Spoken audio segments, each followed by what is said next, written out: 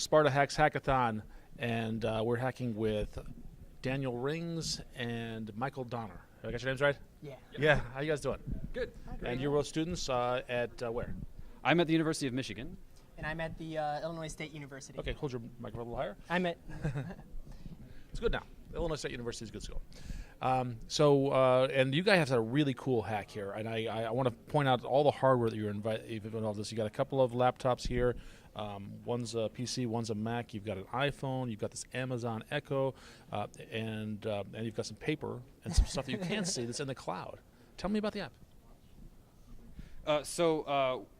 The idea originally came when we wanted to make something with the Amazon Echo, and I was thinking that it would be good to have something that could read something back to you if you needed it to be memorized. So like something you had to memorize for class, or if you were in a play, your lines. And this sort of led us to think that we would need to be able to take a picture of something and have it be recognized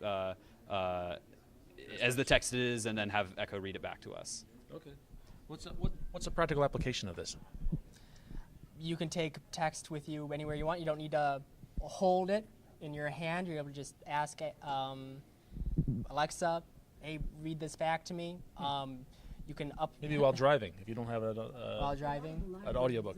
Yeah, you don't need to have the audiobook. You can turn any paper book into an audiobook Very cool. just by taking the pictures of it. I was saying, you mentioned earlier maybe for handicapped people. Maybe it empowers them to be able to read more. Yeah, so that way, like we said, Alexa actually already has the capability to read like Kindle ebooks and audiobooks, but now they don't have to be in that specific format. Mm-hmm. So anyone who needs to have them in the audio format for whatever reason, for convenience or for that's the way that they get that they read. This lets you do it with any text at all. Excellent. Tell me a little about the architecture of this application. What pieces are involved and how do they interact with each other? So do you want to start with the... Yeah, well, everything starts in the iOS app, where we take a picture just with the native camera, and then we made a share extension that, just like sharing any picture with your Facebook page or over text, we share it with our Storytime. That's just through the iCloud. Is that right? Actually, okay. The share extension doesn't upload it specifically anywhere. We stream the binaries directly to Project Oxford. I see. That's one of the nice options about it. So it just cut out one of the extra middlemen. Okay. After we get the results back from Oxford, then we'll put it up into the cloud. In this case, we're using Firebase just because it was quick and easy and easy to sync. Yeah. Easy to read and Yeah. write Very cool. into. Tell me a little bit about, I actually work for Microsoft, so tell me a little about Project Oxford. Well, we didn't know too much about it besides what the flyer said or what the landing page said before. Yes, we did. So we had heard that it had that it was able to do optical character recognition, and we knew that we needed something to do that, and so we went for it, and it was really easy actually. It Frankly, the easiest part of the project. Yeah, definitely. It was it was just a very convenient REST API, and it was it was basically exactly what you would expect and what you would need. And the information that we got back, we just needed a text, but it actually provides a heck of a lot more than that, where you can break things up by region or figure out where exactly different words are positioned on the page. But we used it for the text and it worked great for that. Okay. So the iPhone app is running some Objective-C or Swift code. It's calling out to Project Oxford. It's taking that data, storing it into Firebase database, and the whole thing is integrated within this Amazon Echo, which has its own Alexa API that you're calling as well. Tell me about that. We are running the Alexa on the Amazon's Lambda That's network. their web services? Yes, the cloud? one of their cloud services. Okay. Where you're a Lambda dev. Oh yeah, so Who to ask the question? sure. Yeah.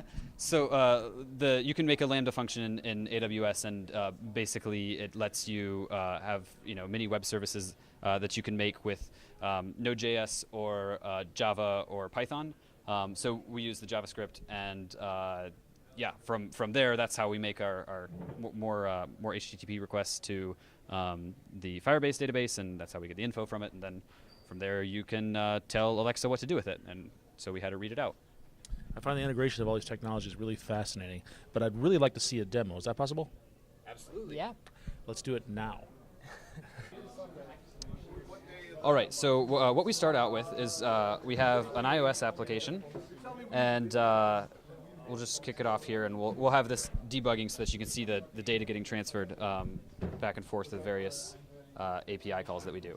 Okay, so I have my iPhone here, and I am going to take a picture of let's go with that example, this speech I need to memorize for our class. All right. So we have the printout of a speech here, and I am just going to take my camera and take a picture of the speech, and take a picture of the second page of the speech. Okay, and then we're going to go into our Photos app, and we're just going to select both of those.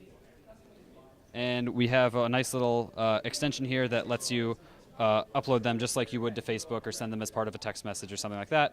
You can now use it to interface with Storytime. So this is a speech by Theodore Roosevelt, so we're going to label this Theodore Roosevelt speech.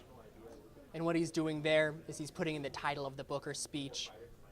That way, it's added to our library in the database, and also as a reference, so that Alexa knows what we're looking for once we ask her.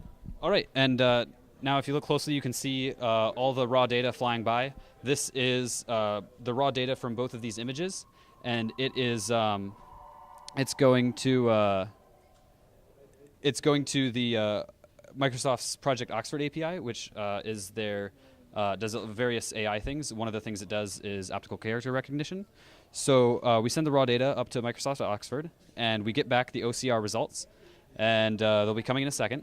And when they do, they come back with all sorts of information, like positioning of where the various words are on the page, but we really care about just mostly what the actual text is itself. So we take each individual word and we build it back up into sentences, and then we take these sentences, and every sentence on a particular page is uploaded into our library. Okay, so We got it? yep, Updated Oxford in came here. back. We parsed it, pushed it to our database, which is using Firebase right now, and you can see that it has now been added to our database. So we have all the various sentences on page 1 and all the various sentences on page 2 right there. Okay. And it's also been added to our library, as well as an index to let us know where we left off. Right now it's set at 0, so we start from the beginning when we want to try and start reading. Right. So now let's say that now I want Amazon or the Amazon Alexa to read it back to me. So I'd say, Alexa, open Storytime. Which book would you like me to read? Theodore Roosevelt speech. Reading from Theodore Roosevelt's speech. And you can now see You also assume responsibility. No man can get power without at the same time and it's acquiring reading the the exact duty of words being that held to were a rigid accountability recognized for by his use of Oxford and that we power. parsed I or wish to see the smashed people back in together to form absolute sentences. control. But She's really, actually, the people she's assume actually quite good with the speeches and the storybooks. They just seem to have the right punctuation for her inflection.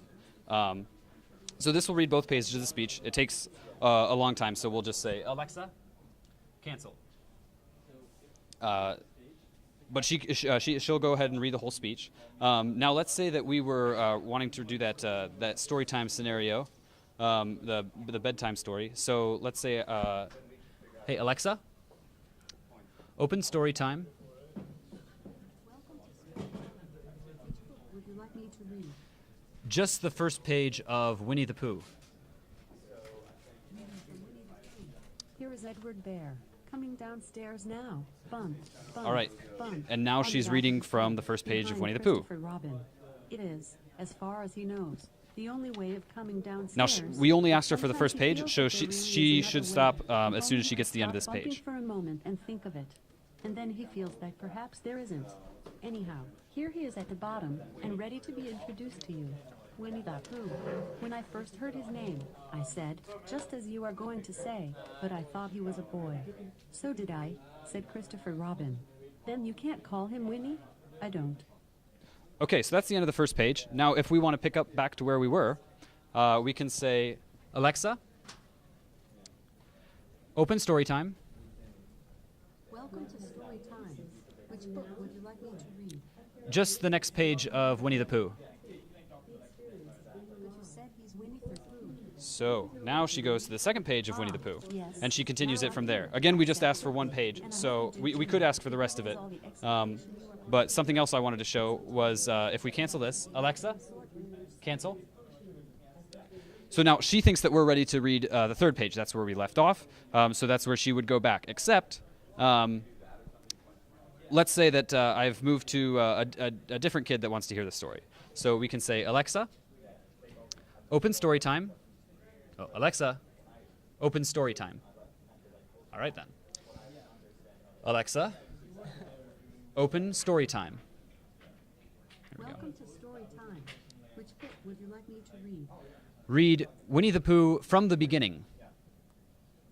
Reading from Winnie the Pooh. Here is Edward Bear. And now she started at the top again, so you can go back to the beginning if you wish. Fun.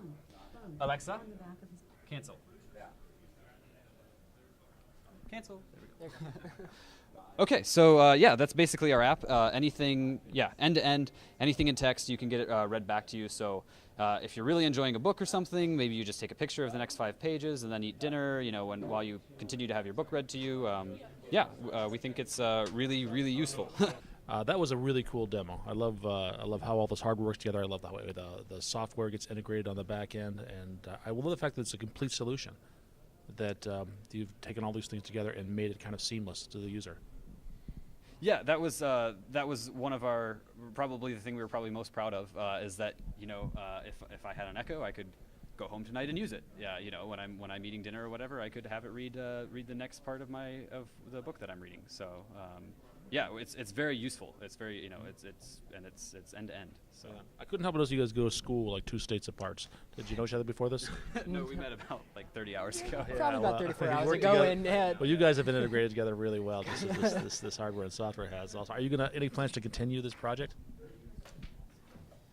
I'm not thinking about anything past the next time I go to sleep right pretty now. cool. so Sleep I'm would not be sure. good. I vote that you do. So I hope you do. I think it's very cool Yeah. because there's a lot of possibilities. Do you guys have any online presence that you'd like to tell our audience about? Oh, I mean, I have a website, but you know, not anything super big. I keep a blog on some of my the things that What's I do the at URL? hackathons. It's just danielrings.com. So if you want to go check it out, you can see some of my past hackathons and projects. Yeah. So. Yeah, this is my first hackathon. Oh, cool. Yeah, after getting into the computer sciences. So I'm just, you know, finding. I hope it's not your finding mess. Yes, yeah, exactly. Have you got a blog? No, actually, no. This would I make a don't. good first blog post. Yeah, I have something to say now. All right. Guys, thank you so much. Thanks very much. Congratulations on a great Thank hack.